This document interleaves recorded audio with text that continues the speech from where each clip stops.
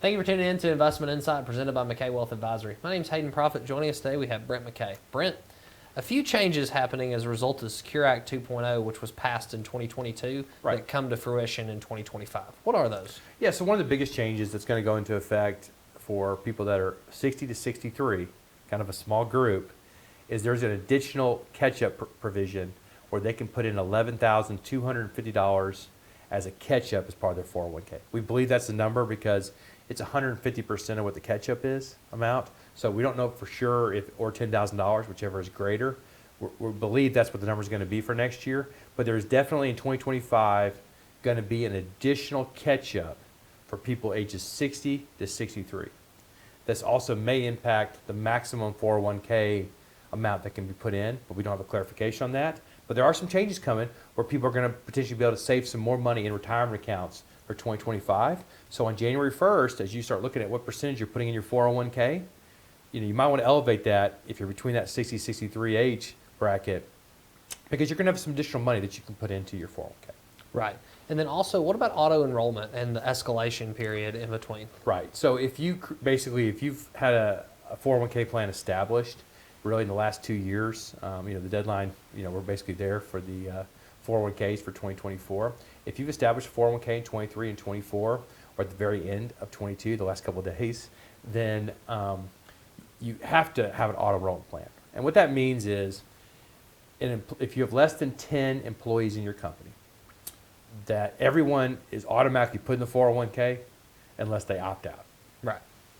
See, people don't like saying no in America or anywhere. So what happened is they realized that if people are automatically enrolled in the 401k, they just automatically save.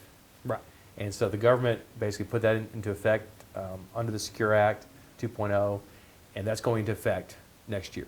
So if you started a new 401k in that period of time to get those new credits that were around and still around right now, you need to go ahead and make sure that you're putting people in the 401k automatically. And if they're not going to be in it, you need to have some paperwork where they say, I'm opting out of the 401k. Yeah. Name, I do not wish to contribute, signature. Right. And they just need to opt that out. And that's only if you have more than 10 employees.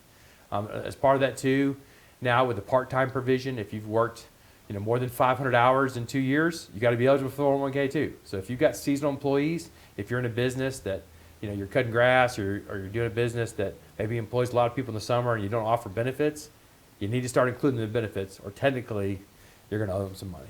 Right.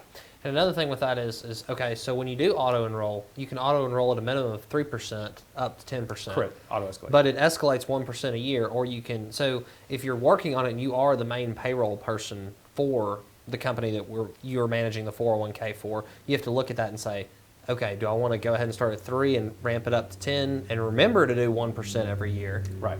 Or do I want to start at 10 and have them opt out? So part of that too is the auto escalation feature. So most people, as they get a raise, if they'll just put a little bit of that raise back for retirement, they won't miss it in their pay. And so within 401k plans, they allow you as the employer to make sure that, hey, if I'm starting out at 3, I can auto escalate this up to 20% into a 401k over time. And so the national, college financial plan would say you need to save 15 to 20% of your paycheck. So if you're matching 3 and they're putting in 3, it's only 6. Right. So that's not really allowing people to hit their retirement goals. So one of the nice things about auto escalation is it kind of automatically, as they get a pay raise, they start putting more money back. And since most people don't pay as much attention as they should, it's a great way to save money. Yeah, and I mean, you get used to living on some amount of money and budgeting off that, and if you can put the remainder back, that's only to your benefit in the future. Right, and that's exactly it. So that's what is some of the new changes for 401k this year. Obviously, the big one is that extra special catch-up that we really like, and there'll be more changes coming as well, I'm sure. Yeah, perfect. Well, thanks for talking to us about all the different retirement plan changes that are occurring in 2025, and thank you for tuning in today. We hope you have a great day.